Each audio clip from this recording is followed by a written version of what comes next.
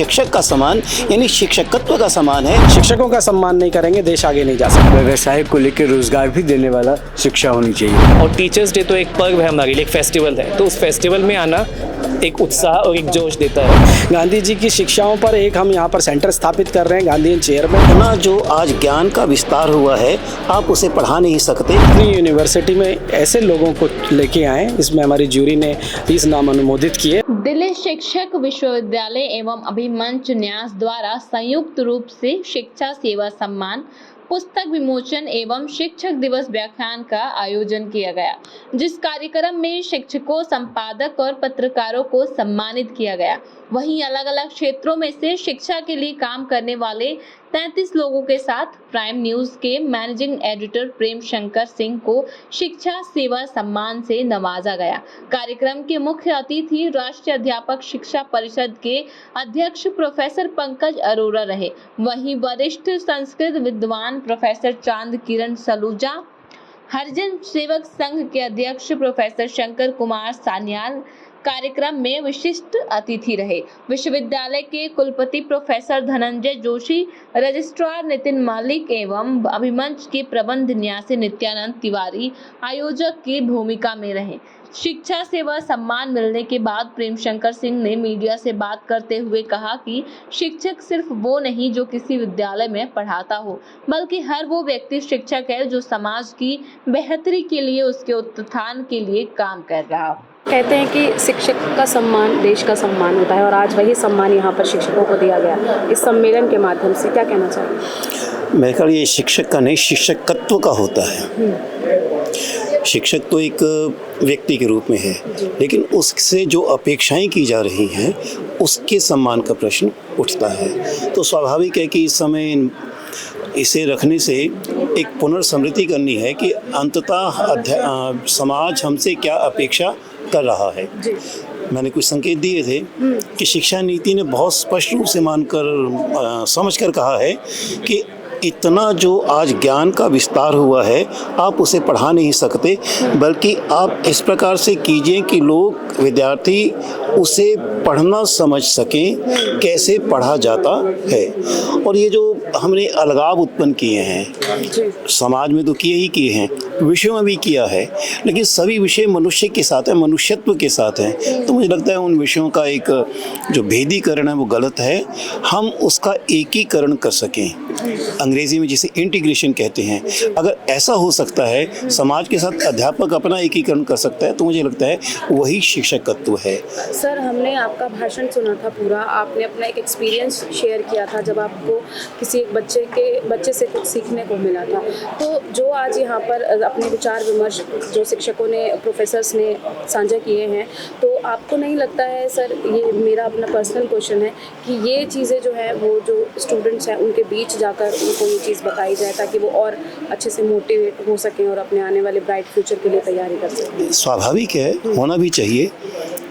और देखो, हर विद्यार्थी, हर बच्चा किसी भी स्तर का, शिशु भी, वह भी अपनी माँ को अच्छी तरह से पहचानता है, तो वह अबोध नहीं है, लेकिन स्तर के अनुसार बोध हुआ करता है। और ये ज्ञान आदान प्रदान की स्थिति है।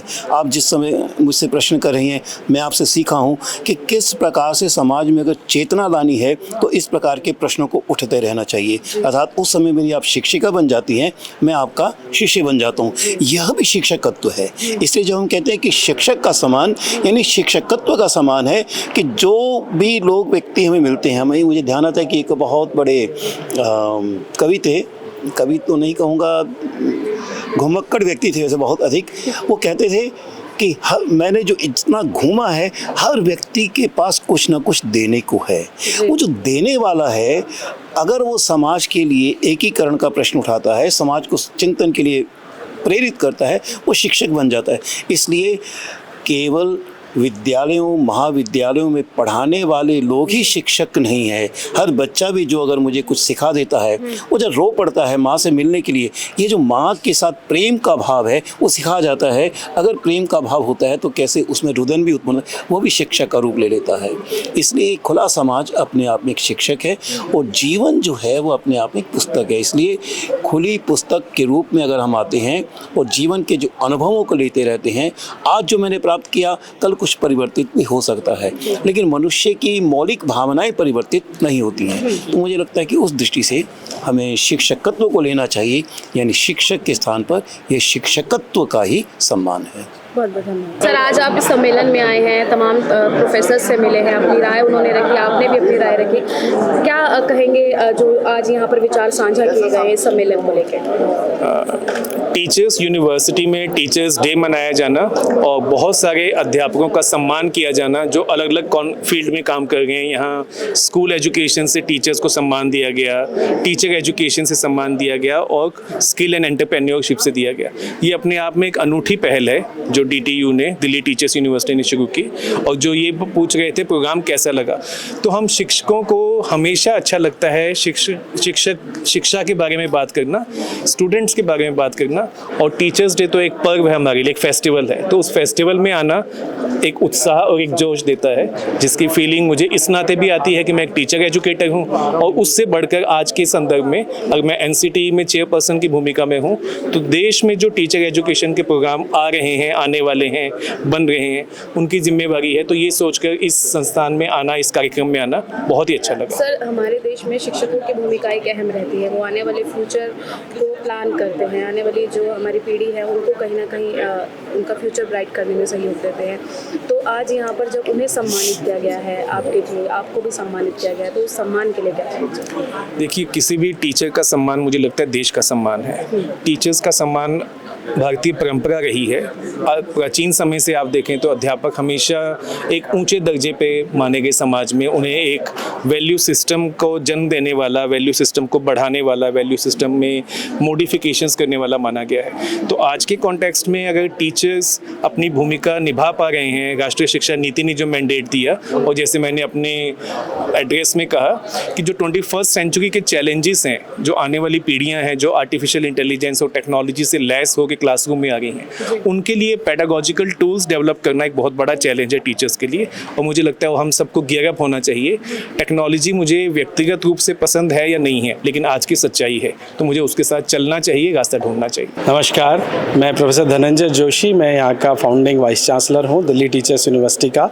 आज हमने शिक्षक सेवा सम्मान की स्थापना करी है और पहला लाइफ टाइम अचीवमेंट अवार्ड और साथ में 30 अवार्ड शिक्षाविदों को, शिक्षा में कार्य करने वाले शिक्षकों को हमने दिया है। प्रोफेसर चांदकिरण सलूजा जी को life time achievement award, Delhi सरकार के स्कूलों में काम करने वाले, निजी विद्यालयों में काम करने वाले, मीडिया के अपने व्यक्ति और जिन्होंने भी शिक्षा के सरोकारों पर काम किया है। तो एक हमारी सोच थी कि हम अपनी यूनिवर्सिटी में ऐसे लोगों को लेके आएँ। इसमें हमारी ज्यूरी ने 30 नाम अनुमोदित किए और आज ये एक बहुत बड़ा पर्व की तरह हमने मनाया। कल देश ने शिक्षक दिवस मनाया, आज उसके ही उपलक्ष्य में हमने शिक्षा सेवा सम्मान समारोह मनाया।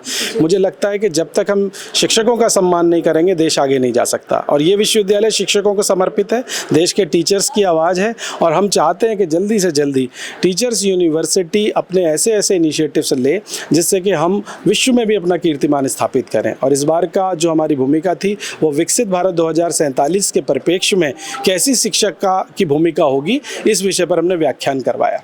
जी, बहुत बहुत धन्यवाद। क्या कुछ प्लान्स आगे हमारे प्लान ये है कि हम यहाँ पर गांधी हरिजन सेवक संघ के साथ हम लोग एक नॉन वायलेंस कम्युनिकेशन पर एक सर्टिफिकेट कोर्स ला रहे हैं।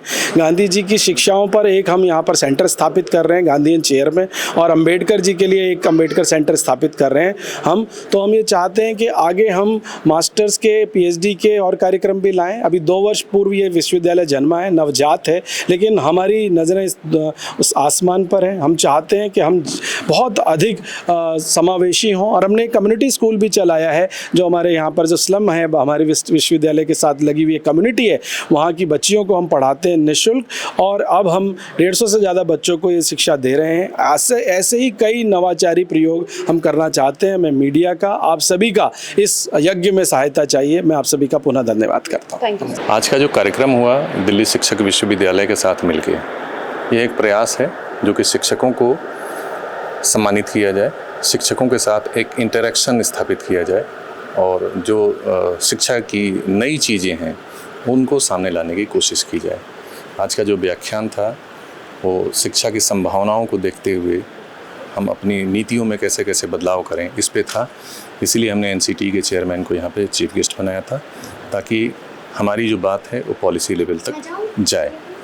जो शिक्षकों का सम्मान किया गया, ये एक नया प्रयास है, नया प्रयोग है कि शिक्षकों को भी लगे और हर इंसान को लगे कि उसे शिक्षक बनने की ज़रूरत है। बहुत बहुत धन्यवाद। ये एजुकेशन को लेके ये कार्यक्रम था और मुझे लगता है कि आज के समय में एजुकेशन जो है वो दो तरीके से होना चाहिए। एक तो आपको संस्कार भी मिलना चाहिए और एक व्यवसाय को लेकर रोज़गार भी देने वाला शिक्षा होनी चाहिए।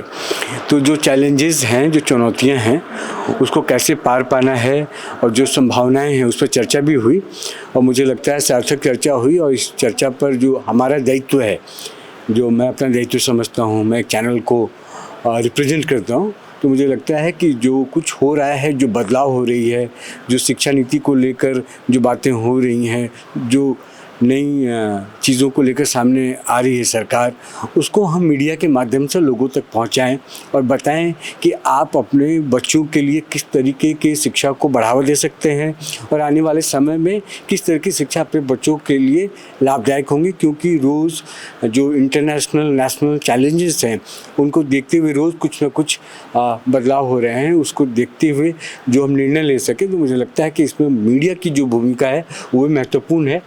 और आने वाले समय में हम साथ मिलकर भी एजुकेशन सिस्टम जो देश का है और जो मीडिया है, वो दोनों मिलकर भी साथ काम कर सकते हैं, भविष्य में अच्छा काम करेंगे।